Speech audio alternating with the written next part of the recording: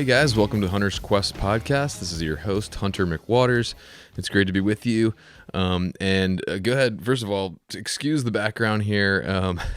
Usually I have a little backdrop set up, as you'll see in the next couple episodes, I'm in the middle of a move with my family. So not only am I just kind of getting back from this hunt and getting everything organized, I'm also trying to pack, and we've had some sick kids in the house.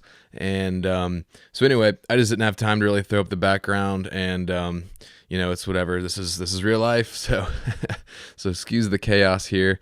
But other than that, I just wanted to do a recap of this Idaho bear hunt that I just got back from. I was with Mark Livesay and Ryan Lampers, Brad Hunt, and then another guy who you'll meet in a couple weeks named Kym, who was helping film for Ryan as well. And it's a great hunt. Came out of there with two different bears. We split off into two groups. I was hunting with Mark, and Kym and Brad and Ryan were hunting together. Each group got a bear, and I just came like this close to killing an amazing, really nice bear, which is a whole story too. But anyway, me and Mark recap in this episode his bear, which we called BUTTERBALL because he's a nice little fat little blonde bear. And if you're listening in the second part of the podcast here, if you go to YouTube and watch it, you'll actually see I did some screen shares and kind of shared some sneak peek footage from the hunt. So go check this out on YouTube if you're listening, if you're interested in that. But so we ended up having like a 2-hour conversation. So I want to go ahead and break it up into two parts, and I wanted to kind of get this out as soon as possible while we're still kind of in the thick of bear season. Because I know guys might be, hitting the road, going out on a bear hunt, or, in the office waiting for the weekend to go out there. So I want to give something to you guys that you would enjoy and be really timely, right here during bear season. So I'm going to go ahead and release these recaps right now. And I'm working on the edit from this hunt as we speak. So the films will be coming out, this summer. From this series, as well as a bunch of other bear hunts that we did kind of as a team with Brian and Ryan and Mark and Brad and those guys. So it was an awesome hunt, very tough, very steep, lots of challenging weather. But this first episode is me and Mark really talking about killing, kind of getting into the hunt and all that stuff and what we were doing. And then we really tell the story of killing his bear. And, with anything Mark does, it's just chock full of really good information and takeaways and tips and tactics. So it's a story, but there's also tons of really good info in here. Also stuff that I learned, this was my first, backcountry filmed hunt of this length. This was my first 10-day fully backcountry, hike in, pack in, film for 10 days. I've done some shorter trips. I've done some base camp trips. This was the first truly backcountry 10-day pack-in filmed hunt. So I learned a lot. Mark's always full of great info. So let's go ahead and jump into this first episode. A couple things I do want to mention real quick. So you see right here my initial ascent pack. I ran the initial ascent IA 6K, and actually Mark, we both are running the same pack, and it performed beautifully. It handled everything we threw at them. You'll hear it in the story, but basically on the pack out, on one leg of the pack out, me and Mark were carrying pack rafts and bear meat. I also had a rifle and camera gear. So definitely 100 pounds, if not over 100 pounds. And, obviously I was feeling it in my legs, but I remember even saying to Mark, I never once even really noticed the weight on my upper body, which is saying a lot. So the packs performed really well. If you are in the market for a new pack, I highly recommend checking out Initial Ascent. They have one frame, and all their packs that they offer can fit on the same frame, and the frame is really innovative and really carries a load extremely well. It was one of probably the most comfortable pack I've ever used. So check out Initial Ascent, and if you do, use the code QUEST, and you'll save some money on your pack, and you'll also directly support the podcast and what we're doing here. So I'd really appreciate it if you buy anything from Initial Ascent. Use that code QUEST and save some money and help me out. Also, if you're looking to stock up on backcountry meals, Heather's Choice, Heather just put out a bunch of new meal options. I have a discount code with Heather as well, which will be in the description field. And so check that out. Use my code and save some money there as well. And that will also directly support me. I'll have also links to, another one I want to mention real quick too is Guy over at Western Fly Covers. He makes great pack fly covers that I used a lot on this trip, and we're actually working together on a custom product, something that will be coming out soon that I'm kind of helping him develop, so keep an eye out for that. But for now, if you need a pack cover, go to Western Fly, check them out, and I have a discount code with them as well. Check out the description for all the discount codes I got on a lot of the good gear that I talk about and we used on this hunt. And enjoy this first episode. And then next week, I'm going to go through. So Mark got his bear killed. And then on the back half of the hunt, it was kind of my turn. I spotted an amazing, just huge chocolate that's still haunting my dreams. You're going to hear the whole story. But Mark Livesay, who's been hunting bears for a long time, said it's in the top 10 bears he's ever seen. And I came just inches away from notching my tag on this bear. Kind of a heartbreaker, like I say, still kind of haunting me, but he's out there. Maybe next year. We named him Meatball. So this week you're going to hear the whole story of Mark's bear and the just grueling 8-hour trek that it took us, including pack rafts and multiple just it was a rough 8-hour day, but got some great film. Looking forward to sharing that film. You're going to hear all about it. And then next week, you're going to hear all about how almost killed a huge bear for my first bear, but he gave us the slip right there at the end. And anyway, Mark's a great guy. We had a lot of fun. We really bonded on this hunt, and it's cool to hear a podcast from Mark that's not, about e-scouting. So anyway, I've been talking for a long time, so I'm going to go ahead and shut up, but go ahead and check this out. Jump on YouTube, subscribe to the YouTube channel, give me a rating or review if you like what's going on here, and enjoy this episode. And then we'll be back next week to hear about how Meatball gave me the slip. All right, enjoy, guys.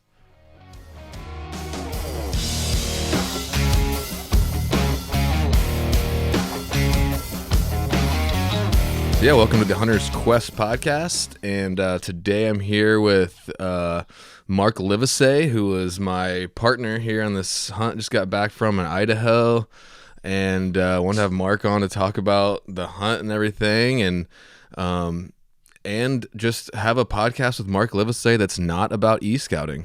Man, I was almost looking forward to this because it's like such a nice breath of fresh air. We're going to talk about some other real life stuff maybe, but Yeah. It's funny. Before we get started, I just want to say right off the bat that I want to apologize that you're the new kid on the block, with this group, and you got punished by being teamed up with the old guy. So I know every time you wanted to start shooting bears across the river, I was like, don't shoot.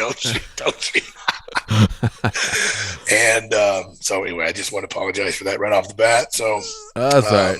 I mean, to be honest, after we went over and did all that to get your bear, I'm not gonna lie, I didn't want to do that again either. But also at the same time, if you had been like, all right, yeah, man, let's do it, I would have 100% done it. Yeah, I know. I tried to be very careful with what I said. I didn't want to even, I'd say things like, oh, that's a small bear. Yeah, that bear, he's cliffed out. Oh yeah, that bear, man, the river's raging right there. I don't think we can get across right there. Yeah, if you'd given me any hint of let's go, it would have been on.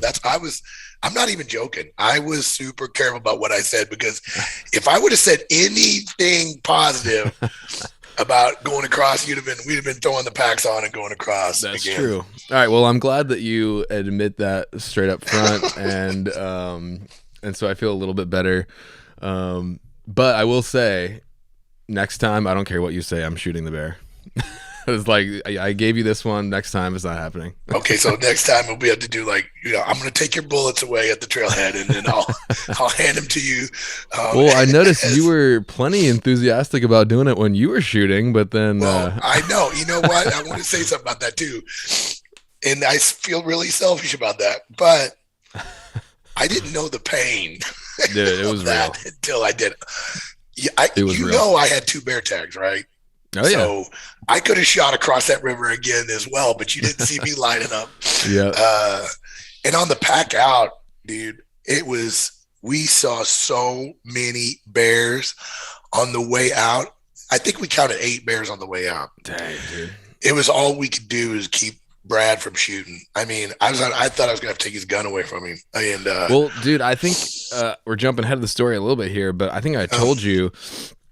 So that morning, the morning I left, it was it was day 10, and I had to kind of get out of there a little early. I didn't know if you guys were coming out or not. So anyway, I packed up. I went to this glassing spot that was literally like less than a quarter mile from camp, and I saw this bear that we've been seeing a couple times, and he wasn't huge, and I knew if I shot this thing, it was going to be an extra day, and it was supposed to rain, and rain was kind of just starting. So I was like thinking about it. I was like, oh, should I do it? Should I do it? Had everything packed up already.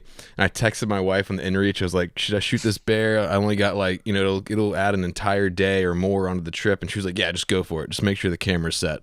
So I was like, all right. So I started just getting my stuff out. And I literally get down. I'm about to shoot, get the camera set up. And as soon as I get the camera set up, he's gone.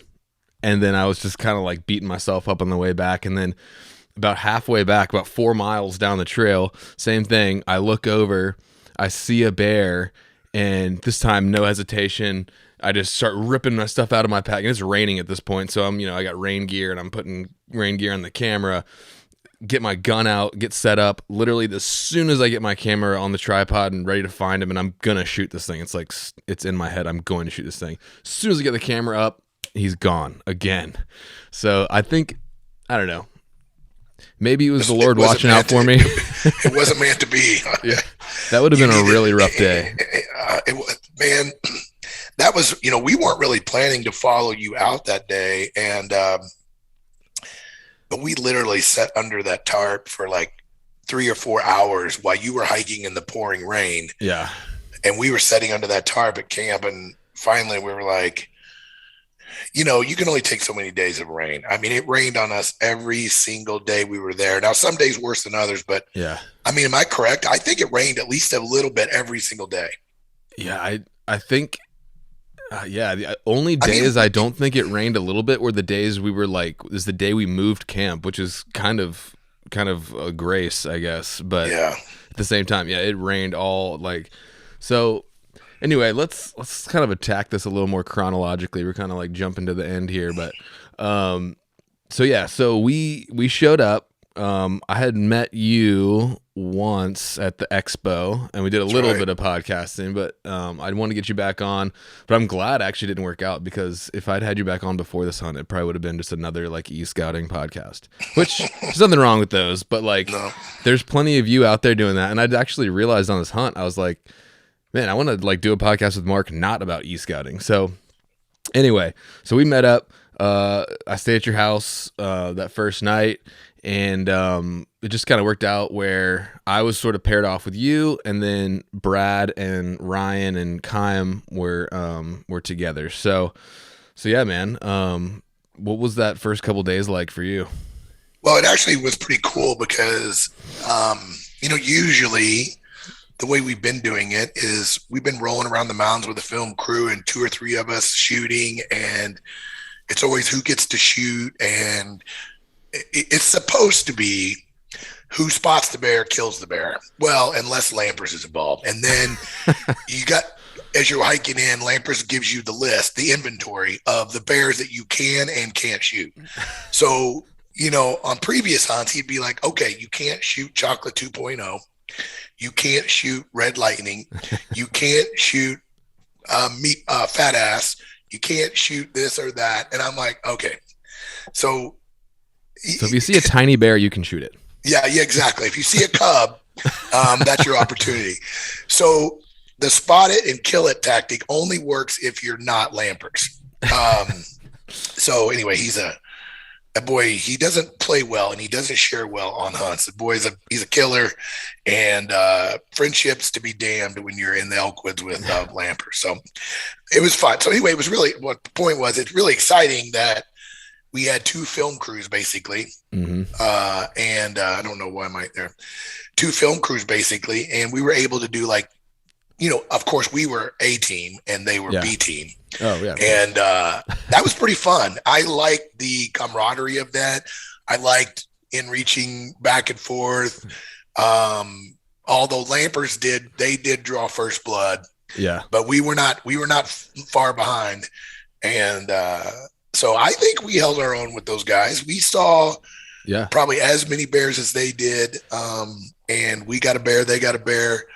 Well, also to be fair, I mean, we all knew going in. So if you're listening, the area we were at is kind of separated by a river. There's like a river going through the middle, I guess, of the hunt area, I guess you could say. Right. And so we all knew.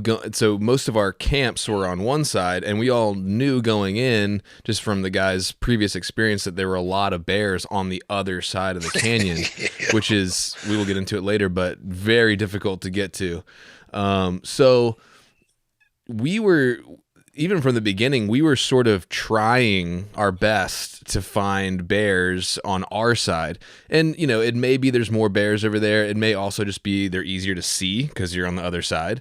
But Right. we were spending our first couple days trying to get up behind camp, and we were doing some really serious climbs to be able to get up and get some visibility. They were kind of already looking on the other side, and that was where they found their bear. Yeah, exactly. And, our tactics was, well, it's kind of a divide and conquer tactic. Let's just be honest. I like to take the low hanging fruit. Let's just, but let's be honest about it. This area, it's not like it gets hunted a lot, but it does get hunted. We saw people, the trailhead's busy. It's a heavily baited area. So the bears that were on the trail side of that canyon, they get chased a lot more than the bears on the other side. Right. Because you have to almost nobody is shooting across this thing. Well, where I'm sure we're going to get to it. And, but just to kind of let the audience know that it's not just a fact of climbing down 1,000 feet, crossing over a river and climbing up. It's not that simple. Right. You've got to the gear is very specialized. Mm-hmm. You've got to have rafts. You've got to have paddles. You've got to have skill, which your skill at paddling is questionable, and I've got video evidence to prove it. But there's some things that you've got to be ready to do if you're going to try to go after a bear on the other side of that river.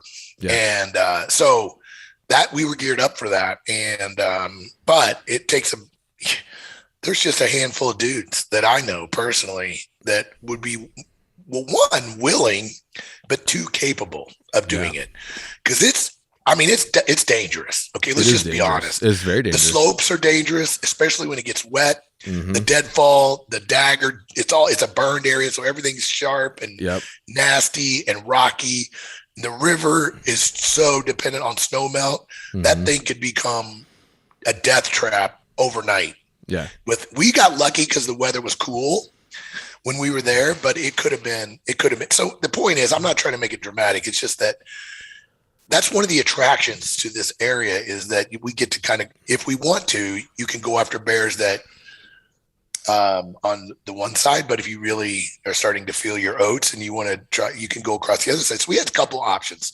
Yeah. So me and you put in some hard days, the first couple of days climbing up. That one day we went 1,700 feet up. Yeah. And then the day we killed that bear, we climb up and then had to go back down and then go down and then back up and back. We'll get in, man. Yeah. And then, and it's not even when you say, I mean, like, you say, oh, we climbed up 500 feet. That really doesn't sound that bad. But like, this is like, I've said it before. It's like 45-degree, like hands and knees covered in deadfall, like just spikes and then like little willows slapping you in the eyeball every 5. It's tough. It's not the just day we came down that night. We were up on that one side. We came down.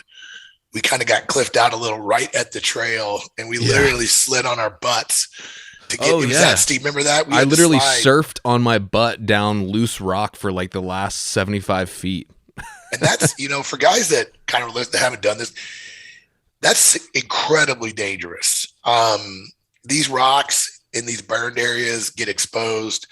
They're super sharp. They're stick. I mean, guys, when you're 10 miles back and something bad happens like that, you've got to look out for yourself in those kind of situations. And we For kind of sure. were in a real sketch spot right there. Yeah. I didn't expect for that to drop off quite like it did. And, but it wasn't, all that bad of a slide, but it could have been worse for sure. Yeah. And in that steep country like that, we talked about it a bunch of times if you get overextended and you fall forward, meaning fall downhill, Right. You're not going to stop unless you hit something, and it's probably going to be something sharp or very hard. It's going to leave a mark. There's no doubt about it. Oh yeah. And so, but I love that country, and that limits the number of people. That also protects the bears. Yeah. The bears can get very old in there, and they can get large, and because they've got everything they need. They've got tons of food, tons of access to water. Yeah. They've got terrain that is virtually impenetrable from a lot of people. Mm-hmm. So this area is really conducive to finding bears because of all those factors. Yeah. And so, like you said, it was pretty rainy. That first, I can't remember if it was the first day or second day. I think it might have been the second night or something. First night, I'm not sure. It doesn't matter. But it was really rainy, and I made the horrible rookie mistake of leaving too many layers on and putting my rain gear on when we were walking out. And I knew that was like stupid, but I figured, we're going downhill. It won't be that bad.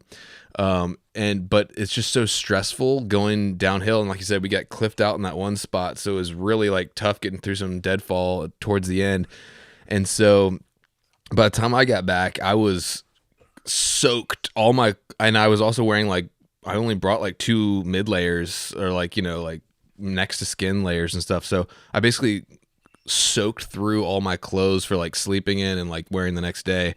And with that, conditions, stuff is not drying out on its own. So, this is the one of the nights I was really thankful I had a stove and brought that shelter set up, because I had to come back and start a fire and get that rolling to dry out my stuff. Yeah. I think a lot of people listen to these podcasts. There's some good tips in that you just said, so, and I'm not saying I know what I'm doing or not doing, but here's the key. It's the same thing when I used to race. You when you did a bunch of training, you had to kind of say what you're going to wear for the environment for that day. And my rule of thumb is same with hunting. When you leave your spot and you're going to start hiking, you want to be cold. Yeah. You don't want to be comfortable. You want to actually be chilly, if not cold, because it's going to be a matter of seconds before that's no longer the case. And, with rain gear, it's a blessing and a curse, guys. Here's the thing. Everybody wants to, when it's raining, the mentality would be, let's put our rain gear on. Well, here's the problem is, like you just described, you're going to probably got more wet from the, exactly. I probably got more wet from sweat than I would have. Because I didn't wear rain gear on the way out, and I got rained on and I got damp. And so I didn't have a stove because I didn't bring a TP, which I probably should have, but I didn't. So what I had to do that night was I just had to grin and bear it. I just got in my sleeping bag with my wet clothes on, and I just laid there until my evaporation, until it took care of it. And, that's a good tech. Now, you can't do that with a lot of sleeping bags, but down bags that have hydrophobic treatment are really good. If you got wet clothes, now when I say wet, they can't be soaking river wet, but if they're damp wet, you can get them in your sleeping bag. The key is to zip your sleeping bag up so that your body heat evaporates through the bag. And if it does that, it will dry your clothes overnight. Now it's going to be chilly for a little bit, but eventually you will warm up. And so that was my tactic for a couple of nights on that. So the conditions were wet every day. You had to, and it was kind of chilly too, like you said. So we kind of were always battling. What do we wear? What do we put on? We're getting ready to start high. I mean, it was always a constant decision that we had to make on what layers we were going to wear, what layers we were going to protect and keep dry. And this was my first hunt with a floorless shelter. So I was getting used to that. The kind of the it's just different. and there were some pros and cons with that. Like I said, on one hand, there was a couple times where I was very happy to have that because I had a stove. But there were a couple other times where I was like, it would have been nice to have the fully enclosed, mainly with the ticks. Oh, man, we were in Tick-mageddon, man. Oh, yeah. But I will just one note on the shelter thing before we move on. You know, a couple nights we were, well, just because of the conditions, it was extremely humid, and the condensation, I was in a Silex, would build up so bad. And then it would start raining, and like the concussion of the rain hitting the outside of my Silex would actually make the condensation on the inside drop, and like it was raining inside my Silex one morning. So that's another morning it was starting to get so bad, I started a fire just to dry my stuff out again. So it's kind of a catch-22 because it's like, I'm glad I had that shelter because I had the stove to dry me out. But at the same time, if I had a double-walled tent in like a 3-season tent, I might have had those condensation problems. So, but anyway, that's just kind of something to consider going forward. You know, the last thing on that, moisture management, guys, on that, especially even spring bear. So there's a lot of things against us on this hunt as far as moisture goes. Number one, it rained every day and the humidity was high every day, which made it hard to dry out. Number one. Number two, made it hard to get dry wood, as you found out trying to do your stove. Yeah. And so a couple things. The other thing was we were camped within yards of the river. Yeah. So the moisture from the river was pretty intense. That was where a lot of your condensation, I think, in your Silex came from, not only the rain, but just in that super lush, high moisture area. Now, our second camp, we were a little bit more away from the river, and we were more on a hillside where the wind could blow through a little better. Seemed to be a little better there. But yeah, moisture management, guys, is a big deal. And if you don't manage it, it'll shorten your hunt. You'll give up. You'll head for the truck. You won't be able to dry out. You'll be cold. Yeah. And so learning how to deal with it and learning the steps to take to mitigate it is important stuff. Yeah. After that, I was extremely careful because you start to realize like how screwed you could be if literally all your clothing got wet. Because I mean, luckily, like I said, I had a stove, so I had a chance, but there was no putting stuff out in the sun on this trip and drying it. No. So what I ended up doing was I always, no matter what, made sure I had at least one shirt or like a mid layer that was like not on me, like in a dry bag, like, or even like had some stuff that I knew was dry that I could throw on at least to sleep in at all times. So that's kind of what I did. But yeah, good. But anyway, so after that, then it was like the second day. We were in that first campsite, and that's when Ryan and Kym and Brad shot their bear. That's right. Yep. So we're gonna say something.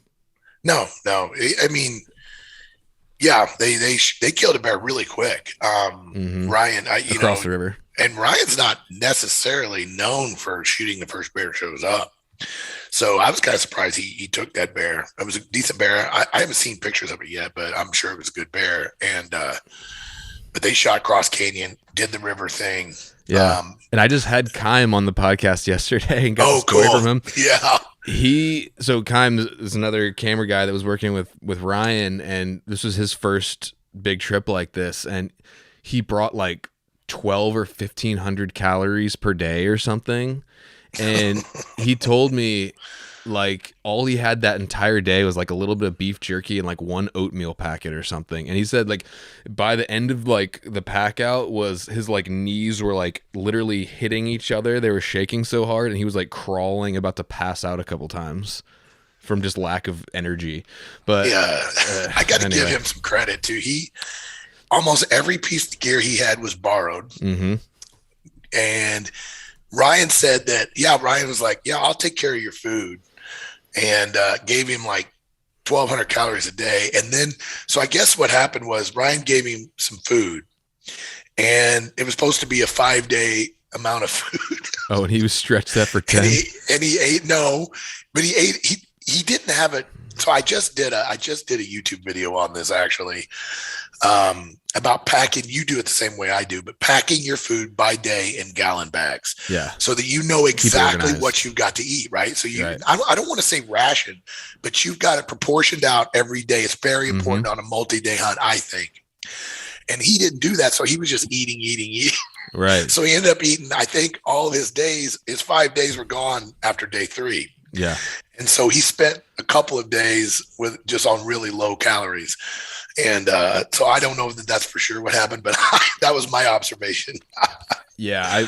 I love, like you said, putting all my stuff in one day. So you just know what you have for that day. Also in the morning, you can just grab that bag, throw it in, and you're just like, you're done packing your food and your snacks for the day.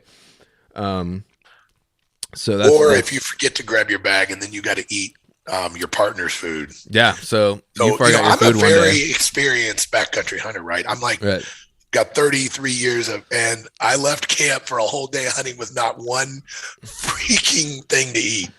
And dude, it was just like God, because that was like the one day that I brought like a ton of extra food for some reason. I don't even know why. Dude, you could have stayed up there for 2 days with what you had. I know, but that's not the norm. That was the only day that happened. It was just like, so anyway, I unlike some folks, I shared my food with you. Brian and Ryan, unlike some other people that we won't name. Yeah. You shared with me, and I appreciated that. Oh yeah, my philosophy is we're partners, man. I mean, if you're not, you don't got got food, I'd expect the same. So well, you kind of, I mean, I could have made it probably. I mean, let's be honest. I got a lot of reserves on this body. I could have made it a day, but I do appreciate that. You just kind of saved me that day.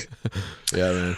So anyway, and that bear that Ryan shot had a decent amount of fat on it, and the next morning after they brought it back to camp, we ended up cooking up some meat and rendering down some fat and frying it up in there and having some of that famous Lampers on the trail bear meat fried up and cracklings. Man, it was good. It was good. Yeah. You know, it's funny you say that because I just saw a video that a guy posted that was, I think he was at the Bear Summit that we just had, and he was doing the same thing. He had seen Ryan do it before, and he was doing it, but his meat was not coming out in the video. It did not look as appetizing as what Ryan did. He's kind of the master at that. Yeah. You know, it's simple, but not easy. I feel like it's a simple way to do it, but at the same time, you got to have some experience to get it right. Well, you know, he understands, like, the biggest issue is the heat. So when you start rendering that fat, you got to do it with very low heat and let it takes time. You got to have patience. Right. You can't just like rip it in there. You throw that thing on high and throw your fat in there. It's going to get almost Burned. a burnt taste to it, you know? Yeah. So he just slow cooked that fat, and man, it was like that famous Lamper's patience. It was good, man. It was excellent good. I've had it a couple of times now. Unfortunately, the bear we killed did not have a freaking ounce of fat on that thing. Yeah. You couldn't have scraped enough to cook a meal. Yeah. I don't think. There was just nothing. Yeah. But anyway, so yeah, Ryan, like, he like kind of cuts little chunks of fat into his little cup, and then, like I said, very slowly renders that down into just like this clear liquid. And then, you know, you could eat the cracklings left from that and then fried it up. And then, so after that, then we, the plan was Ryan and Brad and Kym were going to head down the trail and, you know, make sure it was good to go. Cause we had the llamas. And so they were supposed to go down and like when I say good to go, like not any giant logs across the trail that the llamas couldn't cross. So that was kind of their, like what they were supposed to do. So they take off. And then we go behind him and we go back in about another 5-ish miles or so. Yeah. And, something like that. And of course, you know, there were several massive logs across the trail that we did not hear anything about until we just saw them. Oh, we heard about them. They said, "Oh yeah, we think there's a couple sticks across the trail, but I think you can get around them." Is what they texted us. Which turned out being like 180-year-old pine trees like across the trail. So anyway, Mark whipped the chainsaw out. I got some cool pictures of you doing that, by the way. And then we made it. So then we met up with the guys, and it was about, from my truck, it was 9 miles in, and we were a little bit down from the trailhead, but so it was 9 miles. We found this nice little hillside, and I mean, you were parked literally your tent was in the trail. Yeah, I was kind of nervous that like if some horses came through or something, they were going to have to either stomp through my tent or go around me. So Yeah. the depression in that trail was like, I call it the love, what do I call it? The love, Love saddle or something. yeah, whatever. It was like perfect. I had my 2-man tent right in the little swale of that. Mm-hmm. And I was just like, oh, I slept so good in that spot. It was just like I was kind of comforted from both sides. It was like getting a hug from all night long.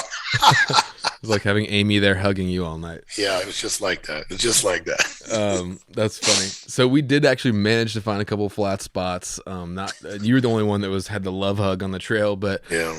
actually ended up being nice for you because I was up on this kind of like hill slope, and just how many times you have to like run back and forth to your tent at night or whatever. It's just a pain in the butt. But well, you were also, I knew you guys were camped by that. There's a big tree that a root system had come up, and man, that's like the Pack Rat Hotel. Those things are. Oh, really? Oh, thanks for telling me. Yeah, I mean, I knew you guys were. Well, Lampers they got into his food. Yeah. They ate some of Lamper's food, and then you had some critters in your tent digging holes. Yeah, that's what I was gonna say, which is another thing about floorless shelter life that I didn't. I woke up one morning. I thought I heard stuff skittering around the night before. The next night, I wake up in the morning and there's like some fresh dirt everywhere, and I was like, "That's weird." And I like lifted up my pants that I put like next to my head, and there was a freshly dug burrow, like a foot and a half from my face, like where the thing had been burrowing all night. Rookie mistake, Hunter. Rookie mistake. Camping on a root ball. Dude, that was the only flat spot though. That's what you're going to have critters. They love those things. Interesting. And they just turn them into. It just creates a lot of habitat for them to hang out in. And but I knew there was going to be all kinds of animals running around. Yeah. Well, I did use that root ball hole as my personal latrine the whole week, so we're even, I guess, with the rats. But so anyway, so then was it the first day?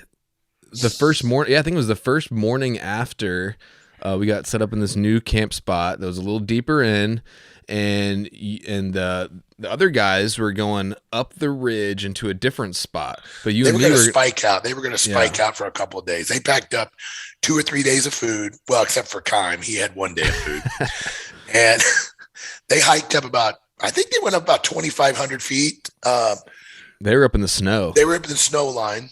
They kind of had forgot about, at that point, they had forgot about bears. Ryan had one thing on his mind at that point. He wanted to kill another wolf. And we had turned on the predator call that night. You remember? Yeah. Is that what it was? He got the call of the wild to go get a wolf? Oh, as soon as he heard that, what we did was at night, before we went to bed, we pulled out the Fox Pro call that we packed in with llamas. Yeah. Because in Idaho, electronic calls are legal for bears and wolves. So we turned that thing on and we actually played it. You thought you were hearing wolves, but it was an echo across the canyon. And so we did it 3 or 4 times. And then all of a sudden we had it turned off. We were sitting there and we heard him. He was up on the ridge. And I think that's all it took. The next day, Ryan and them, they were packed up, heading up the mountain. And you saw a wolf too back in the other spot we were at. Yeah, exactly. Yeah. Oh, that was, man. Wolves have been my nemesis this season. I have had multiple opportunities and I have not been able to capitalize. But that's for me. I mean, I love killing bears, but I want to kill a wolf. Is like on my bucket list. For some reason, I have not been able to get it done, and it's been like this monkey on my back on this thing. But so yeah, we saw a really nice wolf. You and me did on the ridge. He didn't want to. I don't know what was going on. I think there was a kill of some kind over there. And then we made a move. We played the call at night, and we heard the wolf. They went after it. We decided to stay at camp. Yeah. Well, we had to because we had llamas. So we were gonna. So basically, the way it went was they had the freedom to go kind of wherever they wanted and backpack, and then we were returning to base camp every day. Yeah. So you could look at it, either way. I don't know what's harder, but both ways have their pros and cons. They had a massive climb to get up where they were with heavy packs, right? Yeah. But they only had to do it once. Yeah. When you're hunting for base camp and you're returning every day, you're going up and you're going down every day. Yeah. So the wear and tear probably is about the same in the end. We're not carrying quite as heavy a pack. Well, you are. You're carrying so much camera gear is outrageous. But your pack was probably double what mine was. And although my gun was probably, I'm getting a light. I already bought a lighter gun after that hunt.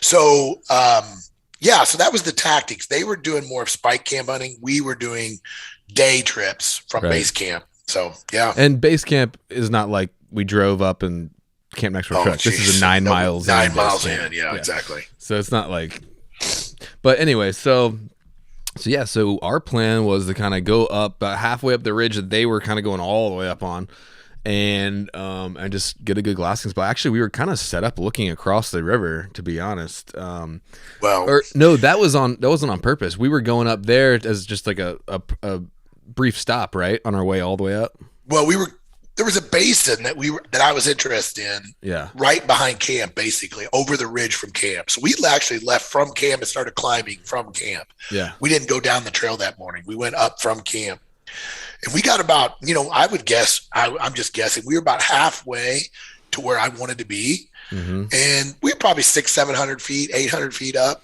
Yeah. Somewhere in that range. And we sat down there because we had a good view.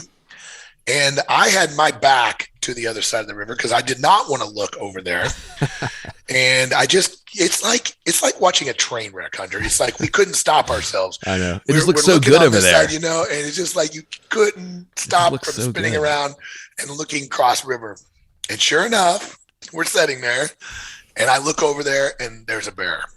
Yep. And I'm like, oh, man. And not only was it a bear, it was a blonde bear. And I have never killed a blonde bear. And for some reason, they've avoided me. They're not that common. And, I got excited. He was a good bear. I would call him a medium bear. He certainly was not a large or an extra large. But no. Man, although he did look, for some reason, I don't know, maybe it was the color. He looked big, or like the way he was moving. I'm looking at a video literally right now as we speak. He had a little stomp walk going. Yeah. His butt is pretty big for his body. So he looked like I remember when we were I remember saying when we were there, like, whoa, he's huge.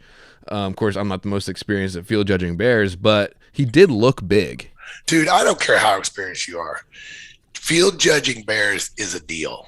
Yeah. I mean, it is freaking difficult, and especially when they're by themselves and there's not a lot of reference, right? And you're looking at them more than 500-600 yards away. Yeah, and but so this bear, he wasn't small though. He was not small. He was medium, maybe medium large.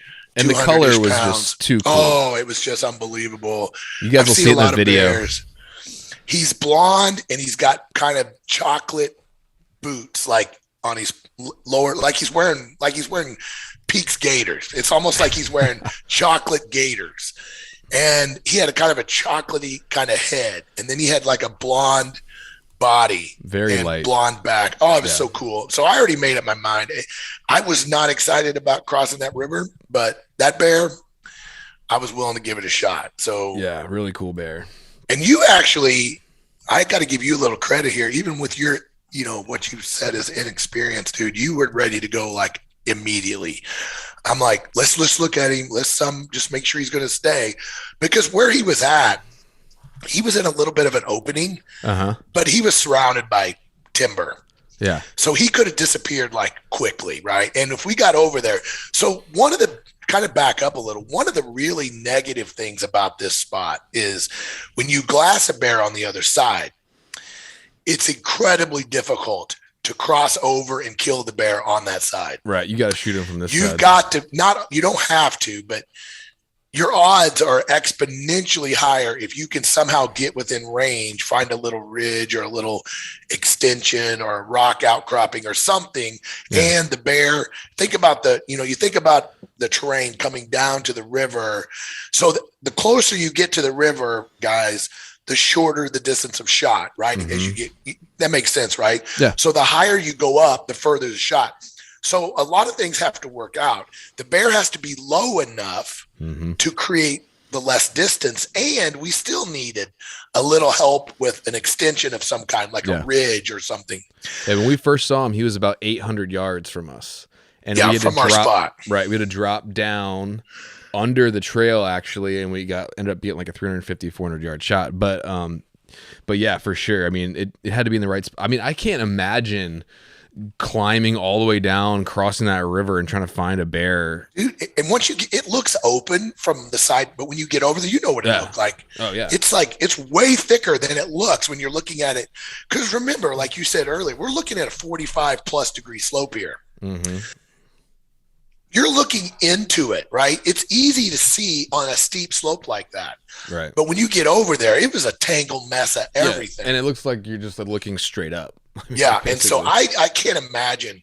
Well, I don't think Ryan's hunted this area before. I don't think they have ever crossed that river and killed a bear. Yeah. They've killed a bunch of bears on that side, but they almost always have shot them from one side to the other and then went over to get the bear. Yeah. And I talked to Brian on the phone for like an hour and a half on the way home throughout the whole hunt and everything. And he was like, dude, you guys should have gone over there, got the bear, and spent the night over there. He said you should have taken camp over there, spent the night over there, and then come back over the next day. That's what he said they do. That's what they do. But our problem is we had llamas. Yeah. And now the llamas would have been fine for overnight. That's not even a big deal. But you're right. We probably couldn't. But, you know, there's other considerations here. Yeah, we're taking there was over almost nowhere to. Yeah, and there was almost nowhere to camp over there, and that wasn't our plan. So we got a plan, we stuck to it. But anyway, we're jumping ahead. So anyway, dude, I actually was working on editing this part of the video today. Like, I almost want to screen share and show you like some of this footage. I got some really good footage of this bear, man. Beautiful bear. I can't wait to see it. And so anyway, so we're both getting excited. It's funny we're talking about this because I was literally putting this conversation together today, and it's like right on my computer here. But we see this bear, we both get excited about it. I'm kind of like, dude, let's go. Yeah, you're way more excited than me, man. I'm like, and I want that blonde bear. I mean, it's like it was a bucket list bear for me. I've got all kinds of bear rugs, but I do not have a blonde one. So you were like, let's go now. Let's go. I said, hold on. Let's make sure he's going to stay put. Yeah. So, and once we saw the way he was milling around and eating, what he kept doing, guys, another tip is when you see a bear go out and eat a little and mess around and come back to the same spot, and you notice how he kept going like in a star configuration. He kept coming back to that same little bench. I didn't even notice that. Yeah, we didn't even talk about that on the hunt, but when you see them kind of coming back to the same spot, that doesn't always mean this, but that means he's really comfortable there. When they're just wandering along a slope and they're just continuing, they're kind of looking for a new spot. That can be more challenging to pin down. But this this guy, we watched him for as long as I could hold you off. He would go maybe 20 yards and come back to that same big tree. Yeah. The log that I shot him behind.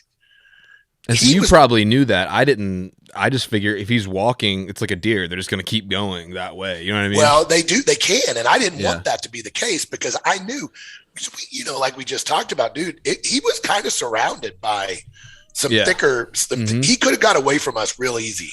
Right. So, and like you said, we had climbed up. So in order to get a shot on this bear, we had to drop 600-700 feet quick. Yeah. And then we had to find a spot to shoot from. Mm-hmm. And that's where, I mean, it was just perfect. It was like it was made to order. Yeah, it was nice. We got down to the trail and I was worried about how long a shot it was going to be. And I don't like to shoot bears over 400 yards. I just don't like it. I like to be under 400 yards. And we got down there and there was this extension that stuck out. Mm-hmm. And that was the key. Yeah. It allowed us to cut another probably 100 yards off that shot. I think it was about 100. Yeah. Yeah. And it was a nice place to shoot from. Mm-hmm. So we got out there. We got set up. You got on the bear and he stayed put. It was really, everything just worked out. Yeah. He did exactly what we needed him to do. And yeah, I can't wait to see the footage. I think the shot was. And you were excited too. I was super excited, dude. Let's not kid yourself. I'm not trying to be. Yeah, you did hold me off a little bit, but then finally you're like, all right, yeah, I think let's do it. And so that was all it took, and we packed up, bombed down like you said, and got into that spot. I got the camera set up on you, set up on the bear, And also, you had earlier in the trip lost the magazine to your my rifle. My single shot rifle. Yeah, so he literally only had one bullet in and was got to feed another one in if something happened. So, but you. So once I got set up, I don't know if you got this on the video. I don't know what kind of wide angle you had, but so the way it worked was I lost my clip. So rookie, here's the thing. Another tip advice. If you've got a gun where the clip can be ejected with very easily with a push of a button or something, be careful about strapping your gun with straps to your pack and where you put those straps. Because what I did was I had my gun at that point was strapped to the outside of my pack, and I had a strap that came across right where the clip was. Well, I guess what happened is it compressed the button and ejected my clip. Not only my clip, but 5 rounds as well. Which in this day and age is like I was missing half of my bullets and my clip. So now I'm down to 4. I think I had 4 with me, and it was going to be a single shot situation. So when we set up on that bear, I put a bullet in the chamber, closed the bolt, and I had 2 bullets laying on the ground right next to me. And, thank goodness I didn't have to go to them, but I got ready to, just in case. Yeah, man. So, but then, Mark sent it, and that thing like dropped. Like I actually had the angle on the bear a little wider than I could have, could have zoomed in a little further, but I was expecting, to be the bear to run or move or something. And so anyway, but yeah, you sent it, and you can see a nice little vapor kind of trail in the video, and he just dropped. Well, thank goodness, because when we got over there where that bear was. Hold on. Okay. Well, right. Yeah. Okay. Yeah. You can say what we'll talk about the cross, but since we're talking about the shot, so the shot was, it was not a difficult shot, but it had to be exact, because what we were looking at was the bear was across the canyon about 300 and whatever it was, 50 some yards. Yeah. But he was behind a log. And I had plenty of vital area, but I had to make sure that bullet cleared the top of the log. Yeah. And so when the bullet hit him, he just dropped right behind the log. He never even moved, never took a step, never rolled, never, maybe a little bit, but no, he just dropped pretty much. Oh, kind of fast forward. We'll cover the getting over there in a minute, probably. But when we got over there to that bear and we found that bear, I was like, oh my gosh, if that bear would have rolled another 3 feet, he would have gone into this canyon of no return. I mean, there was one little broken log. Yeah, there was like one little piece of a broken log that like just caught his body from rolling, and it would have just gone off like an abyss. Oh man, I was so thankful, because we would have climbed all the way up there, and then we would have had to go all the way down to him again. Then we would have had to come back up because our boats were at a different spot, and the river coming out of that drainage was raging. You remember, it was like Rapid City in there, boulders. There's no way we could have crossed there anyway.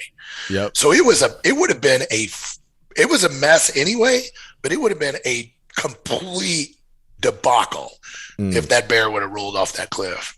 But I'm looking at the screen. Oh, you got it up. Yeah, I'm worried though, if I play this, that people are going to, I think it's recording this. So when we get off the, okay, we'll take a look at it. We don't want to sneak out any video. I know. I wish I could get your reaction of us watching it though, but I can't. Anyway, if you're watching on YouTube, this is right before. This is a little sneak peek. This is some teaser to go on YouTube and watch this instead of just listening. I won't show the boots on that guy. I love that. See, I haven't seen this. First I've seen of this. All right, if we're doing this, I gotta show you a better one. So this is your teaser to go on YouTube and watch this, because I'm giving a little sneak peek of what this bear looked like. That's okay. We could show a sneak peek. Yeah, for sure. Oh, that color on that bear is so freaking awesome. Wait till I get it steadied. Oh, you can see his little brown feet. You can see his brown face. Yeah. Yeah. Here's his little stomp walk he's got too. So this is what we were talking about, guys. So that spot right there in front of that log, where he's standing right now, he kept coming back to that spot. He would go out about 25, 30 yards.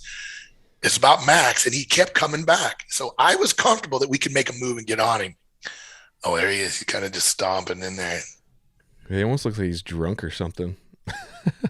I don't know what makes him do that, but boars, when they get a certain age, when they get a little more maturity on them, they just tend to want to do that a lot. And we talked about that at the bear camps. Another tip on that is that's another kind of way you can judge bear size, and not only bear size, but their maturity levels.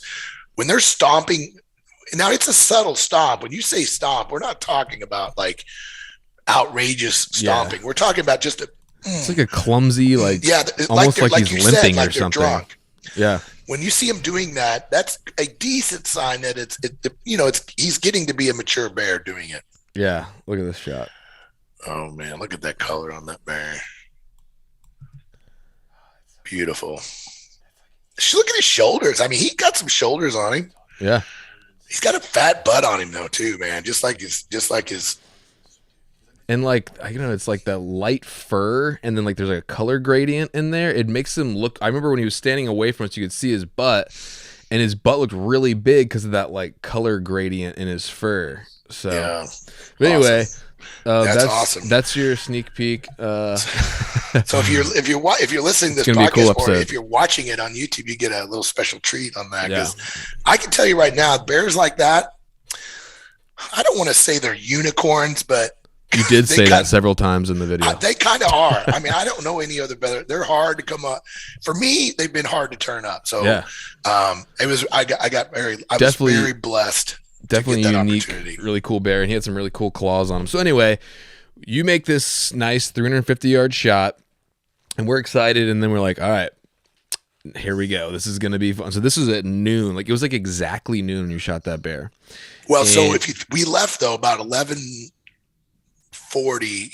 11:30. It took us about 30 minutes, 20 minutes probably to get down and get set up, though. Yeah.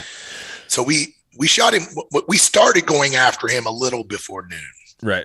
But we shot him at noon. Right. Yeah. And then we had to go. It was only like, I don't know, maybe a mile to camp, maybe less. Yeah. We had 3/4 of a mile, something like that, to camp, to go back. And I actually ate a bunch of food because I knew it was going to be a day. Oh, man. I ate a whole Mountain House meal, actually. That's right. We're cooking up meals. Yeah, because I knew it was in store. And then I literally dumped every single thing out of my pack that wasn't essential, except for some reason, which, I don't know, you can go either way on it, but I did bring my rifle. So I had basically all my camera gear and rifle, but other than that, empty pack, which is still like probably like 35, 40 pounds at least. And we had to grab the rafts. So then we head back to where we go, and then we start the descent. And like you said, it's 45 degrees. It's sketchy in some spots, go by a waterfall. So we studied, so to back up a little, we spent some time studying topographic maps. Yes, you did. And we pulled up multiple I'm glad maps. You were there for that, because when you cross over, if you don't know exactly where you're going, it would be extremely difficult to find it. So we pinned that bear perfect. Yeah. So what we did, guys, here's another tip. This is maybe this is a little bit of a strategy podcast too at the same time. Sure.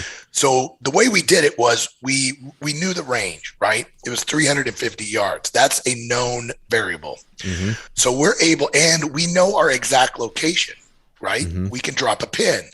So basically what I did was we dropped a pin in our exact location, and we used the root or the line tool to draw a 350-yard line. And we took a bearing. Well, I took a bearing from that spot. So let's say it was it was more west. So whatever west is, I don't remember, 270 degrees, whatever. So I took a degree and I drew that line on that degree. Then I looked at the topography map and I could see the ridge that I thought he was on. So when I looked at the ridge that I thought he was on, matched up with the 350-yard line that I just drew on the exact azimuth or the exact bearing, guys, when you do that, it almost perfectly comes out to where the bear was. So then I dropped a pin on that spot, right? Yeah. So, because it's critical, guys. When we got over there, it looked different. If you hadn't marked it, it would have been we'd have been looking almost for a impossible. while. And you do not want to be looking for a bear on a 45-degree slope going up and down, up and down, up and down. And if you're even like 100 or 200 yards off and you get there, like that just 100 yards could be hellacious. Oh, dude. Or impossible if there's a cliff. Not only did we marked it, and we had it marked well, but we also knew a couple of other things. We knew there was a wall before we got to him. We knew there was a rock wall. We could see it. Yeah. And I knew that was going to be a formidable obstacle. Now, from the side we were on, it didn't look too bad. But once we got over there, it was sketch city. Yeah. And we'll talk about that in a second. So now that we've marked the spot, we now have to do something else. We've never shot from that spot. You and I have never been to that spot. We don't know the terrain. So we can see the river, right? So we glassed the river, and we had freaking horrendous rapids to the north, to the south. We knew we couldn't do that with the rafts. So we glassed down a little below the bear, and we saw this, it looked like a calmer spot. Yeah. So that was my target spot. We knew that was where we wanted to get to in order to be able to inflate the rafts and go across the river. And that was spot, super right? smart, because a lot of guys would have just been like, all right, let's just go, and just dropped off. And you get there and you're like in a level 4 rapids or something. It was waterfalls and boulders and logs. And walking down this river is not like, walking down the river is like mountain climbing huge boulders. Like, so we knew where we wanted to cross, but that brings up the last consideration. Now we have to figure out, can we get to that spot? Yeah. So what happens in this spot particularly, and what happens in a lot of cases, guys, is the slope goes down at a reasonable angle, right? Until you get to within 100 yards, let's call it, of the river. Because what happens over time, years and years and years, that river is eroding out, right? And it's making this canyon. Well, it can get incredibly steep right next to the river. Well, the problem with this spot is the pitch of the slope is steep enough that we can see down, but we can't see all the way to the bottom. Right. So we have to look at the topography map the best we can, and they're not always telling the truth. As I learned on the way back. Yeah, as we learned multiple times. But we knew that. So to back up, where we shot the bear, I knew we couldn't go down right there. Yeah. I knew we were going to be in trouble right below us. It looked like a cliff. It was like a we waterfall. couldn't do it. I didn't think we could do it. Like it was cliffed as well. So I said to you, I think we got to go down to that next little ridge and take an angle. I'm sorry. And try to split that cliff. Yep. And that's what we did. Yep. And we just got lucky, Hunter, to be totally honest. We got down there and there was only one way down. That was the only way. And there was literally a water. I have a shot of it. There's a waterfall on the left side, and the right was just like another like cliff. So we got there and we were able to slip down. It wasn't easy, but we were able to slip down this chute to the water edge, which happened to come out right where not only, but a decent spot to try to paddle across. Yeah. So and so I'm glad I was with you for that, man, for that whole planning thing. To be honest, because Well, let's just back up here. For an inexperienced person, that's very difficult to find that bear in the real world scenarios. Well, I'm 56 years old, Hunter. Okay, I try to keep in pretty good shape, and I'm out there with you young bucks. I can't make mistakes that are like you guys can run up and down those mountains until you just figure it out, right? Yeah. Well, I guess in my old age and my experience, I have learned that I need to get the first time right. Right. No, I'm glad. So we did, and guys, some of it was experience. I mean, I can't take all the credit on that because some of it was just pure freaking blessing that it worked out. But you can, we just talked about it, guys. You can take your time, think through it, look at the terrain, make some calculated. So all you're doing at this point is reducing your risks. Mm-hmm. You're not making a guarantee. You're just limiting the variables that are going to put you in a bad spot. Yeah. And that's basically what we did. We tried to remove as many negative variables as we could. And then when we got down there, because I'm telling you guys what, our packs were lighter than they were, but they still aren't light. Because we had to go over there ready to go. And I was not looking forward to going down there and having to climb back up and try another angle or another approach. Yeah, no. So anyway, we got down there and we got to the water edge, and then you lost your phone. Yeah, I was going to talk about that. So we get to the water edge and we're blowing up pack rafts, which neither of us have done, right? You haven't done it. Well, I've never blown one of these up. Yeah. So I've neither never one of us blown one up. I've never paddled it. I've never touched one. So yeah, we're both we're blowing these things up. I'm trying to figure out how to get my camera gear inside so that doesn't get destroyed on the way over.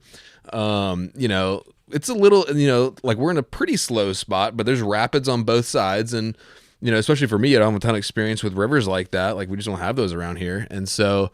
Yeah, it's a little nerve wracking. And then I'm about to cross, or you go over. Yeah, you went over. I went over. I felt bad. I'm on the other side watching this unfold, and I knew immediately when you held your hand up like a phone. Yeah, I'm like, oh, right. So I pat my pocket, and my phone's gone. And like, you know, it's definitely not like a life or death thing. It's not a huge deal, but it is very annoying to lose your phone. Plus, way I wouldn't be able to text. Well, I could because I have an inReach. Anyway, it would just be a bummer. Yeah, it's just a bummer. So anyway, I lost my phone, but my Garmin, shout out, saved me because it has a Find My Phone feature. I had a pretty good idea of where I knew it was going to be, but I literally was like, "There's no way I'm finding my phone." I was like, "Dear Jesus, like just let me find my phone."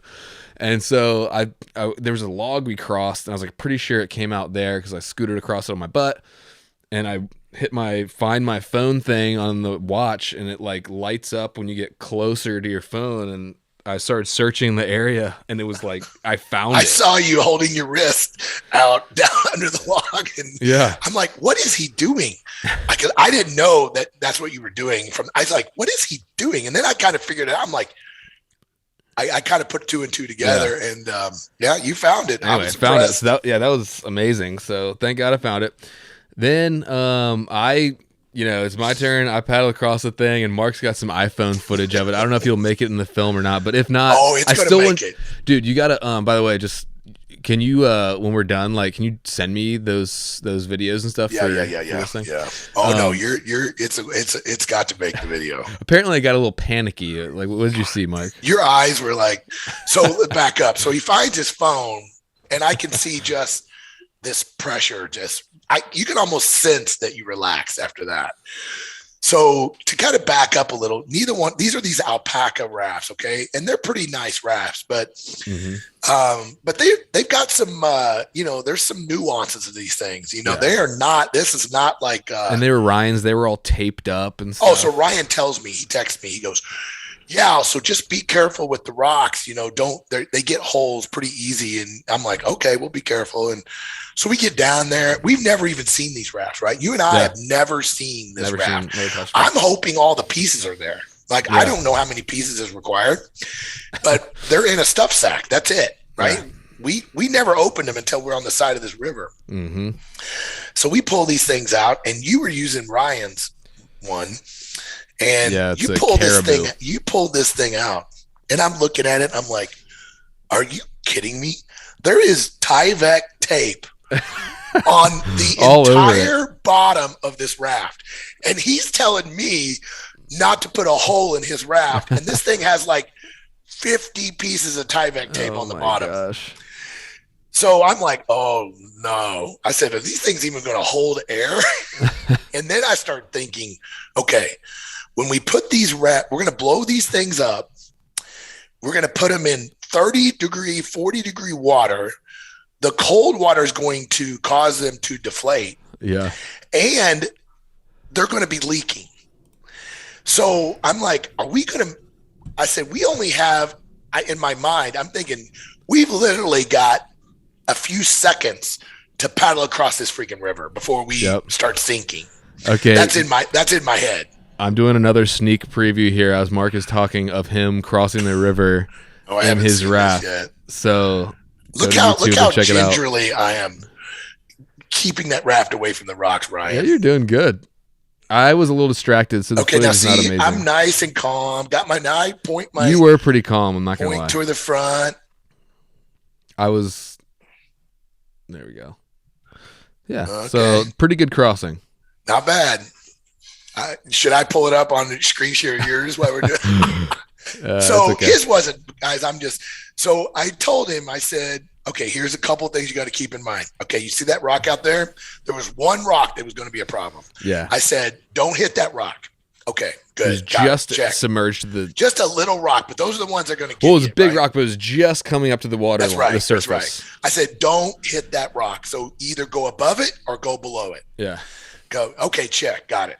And then I said, okay, Hunter, keep the front of your boat pointed upstream at all times, no matter what. Well, Hunter completely ignored every freaking thing I said. So I get to the other side. I pull my phone out. Not intentionally, by the way. So I'm in a dilemma here, okay? I was trying to keep my nose above, like you said. I've got this guy that I just met, and he's cool. I like him. He's married, got kids. I'm filming. I said, do I film him crossing and get the most epic footage ever, or do I try to jump in and help him, keep him from dying? So I had to make this snap decision. And I didn't know until right at the end how snapped it was going to be. But so anyway, I'm across, Hunter launches. Well, immediately he starts paddling like his life depends on it. And I'm like, I'm yelling. You can hear it in the video. I'm yelling across, relax, just smooth, go paddle smoother.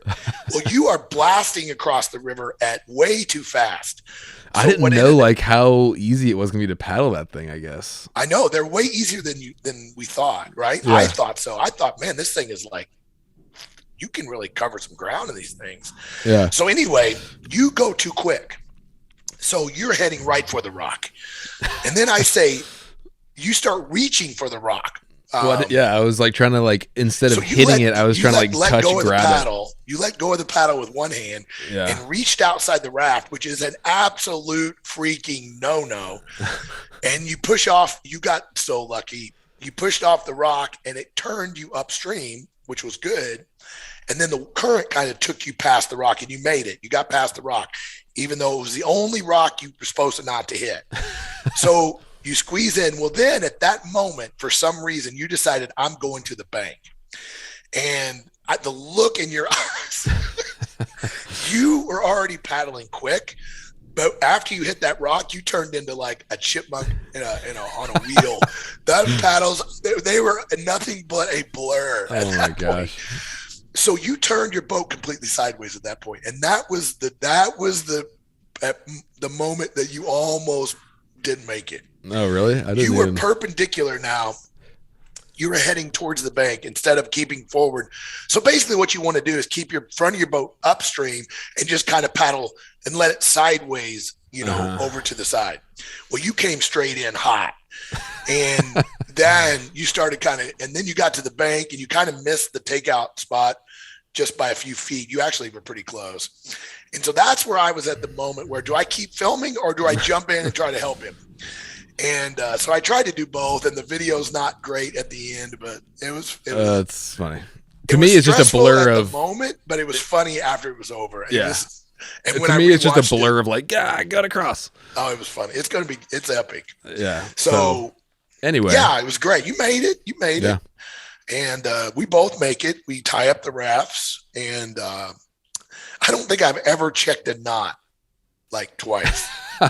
Because I'm like, we can't come back here and not have a boat. And if you remember, well, no, it's okay. My boat was deflating. It was almost halfway deflated by the time I got across too. So the Tyvek tape wasn't completely holding it on there. I'm telling you, that boat, Ryan's got that boat is in sketch condition.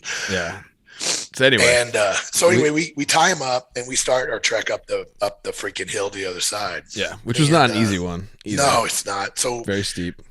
We were trying to pick our routes, and so we ended up getting to the wall that we talked about earlier, which is I'm looking at my phone and we're 100 yards away from the bear. Yeah. And I'm like, we're close. And we start going up. And I'm like, we're on all fours. We're crawling. And I'm like, it's grassy. There's not much to hold on to.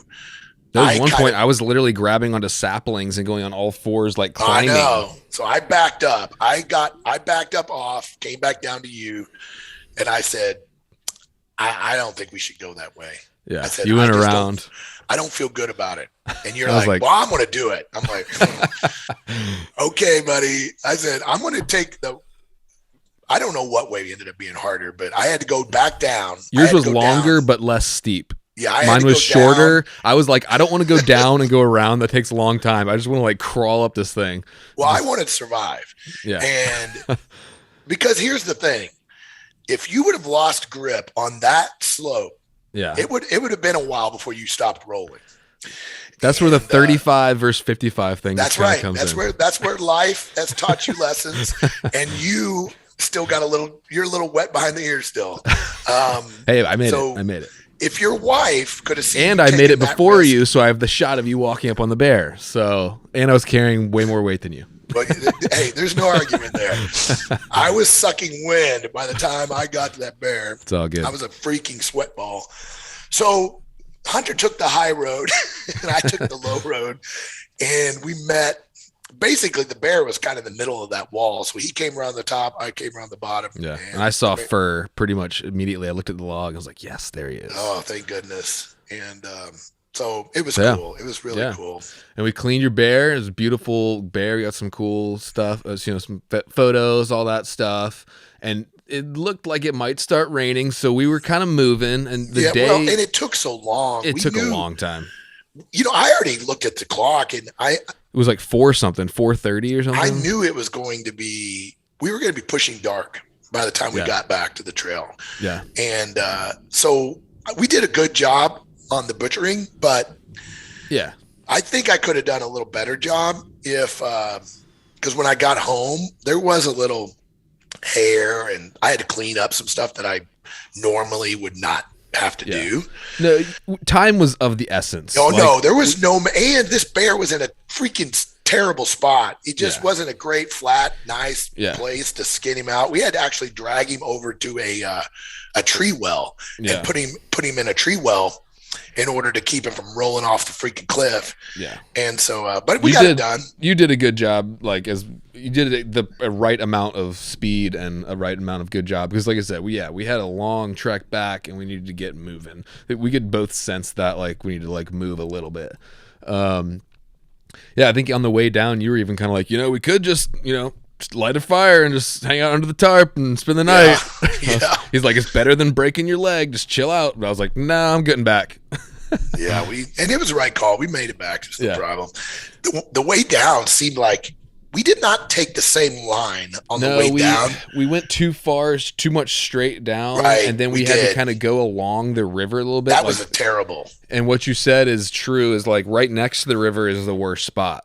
So that was the hardest in terms of deadfall and rocks and steepness. So another lesson I think you learned a lot this week on this trip, you mentioned it several times, is guys, when you're navigating this kind of country, you got to stay out of the crevices.